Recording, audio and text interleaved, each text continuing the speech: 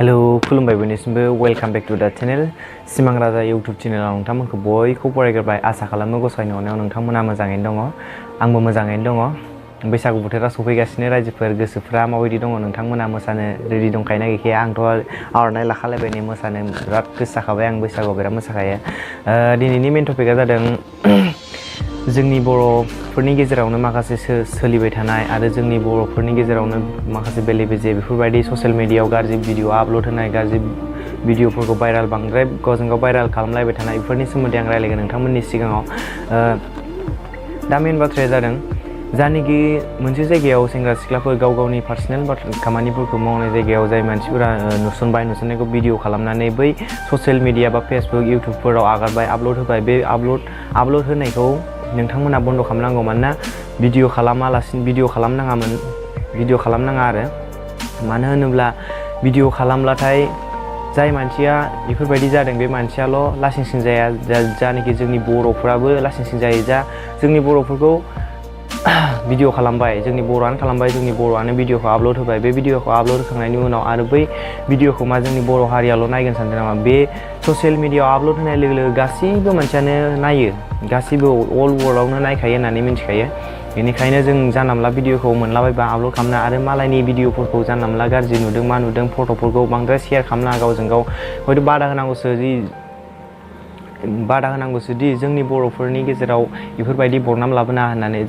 जानाखि जोंनि बर'फोरनि गेजेराव बेफोरबायदि जाबाय थायोबा माखासे मानसिफोरा सानगोन जानायफोर दाखालि बावै आं नुदोंमोन मोनसे भिडिअ थिखादारजों आरो सासे सिख्लाजों न'सा मोनसेयाव जानाय खिन्थु उखुम सायाव गाखोलायनानै भिडिअ खेबनायखौ आं एसे गाज्रि मोनदों आरो बे भिडिअ खालामनायखौनो नेटआव आपल'ड होबावदों ओमफ्राय दायनिगिरिया बांसिन भिडिअ खालामनानै आपल'ड होग्रायासो जाखायो नोंथांमोनाबो सानना नाय बिसोर लासिंसिं जाबाय नेटआव लासिंसिं जाबाय लालायबानो जाबाय दा लालायनानै हाबा जालायबानो माथोबाव सोरथो मा बुंनो ओंखायनो जानला मोनला भिडिअ खालामनानै आगारनाङा थिग बेफोरबायदिनो जाबाय थायो जोंनि गेजेराव बेनिफ्राय जाय नोंथांमोनाबो एबारनिफ्राय बेफोरबायदि गोरोन्थि मावनाय नुयो बेफोरबायदि भिडिअखौ खालामनाङा बेनिफ्राय हयथ' गोरोन्थि मावबाय रायजो दंखायो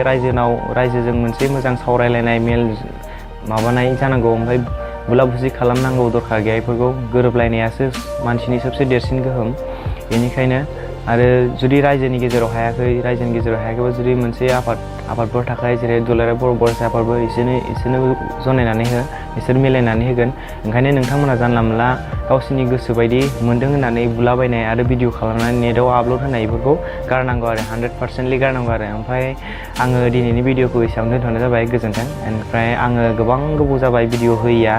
समनि आंखाल आं बिराद खस्थ' आरो बेस्थ' थाबाय दङ दा सानसे आं न'आव जिरायनो समानो गैयामोन खालि हरावल' सफैबाय थायो आङो बेनिखायनो भिडिअखौ बानायबाय थानो हायाखै नोंथांमोना जानाखि आं गोबावजों खेबसे भिडिअ आपल'ड होबाय थागोन नोंथांमोना आंनि सायाव माबायदि मोजां भिडिअ बानायजानो लुगैयो माबायदि भिडिअ बानायजानो लुगैयो नोंथांमोना कमेन्टजों फोरमायनानै आंनो खोन्थाहरबानो जागोन आरो बेनिफ्राय दिनै भिडिअखौ एसेयावनो दोनथ'नाय जाबाय गोजोन्थों।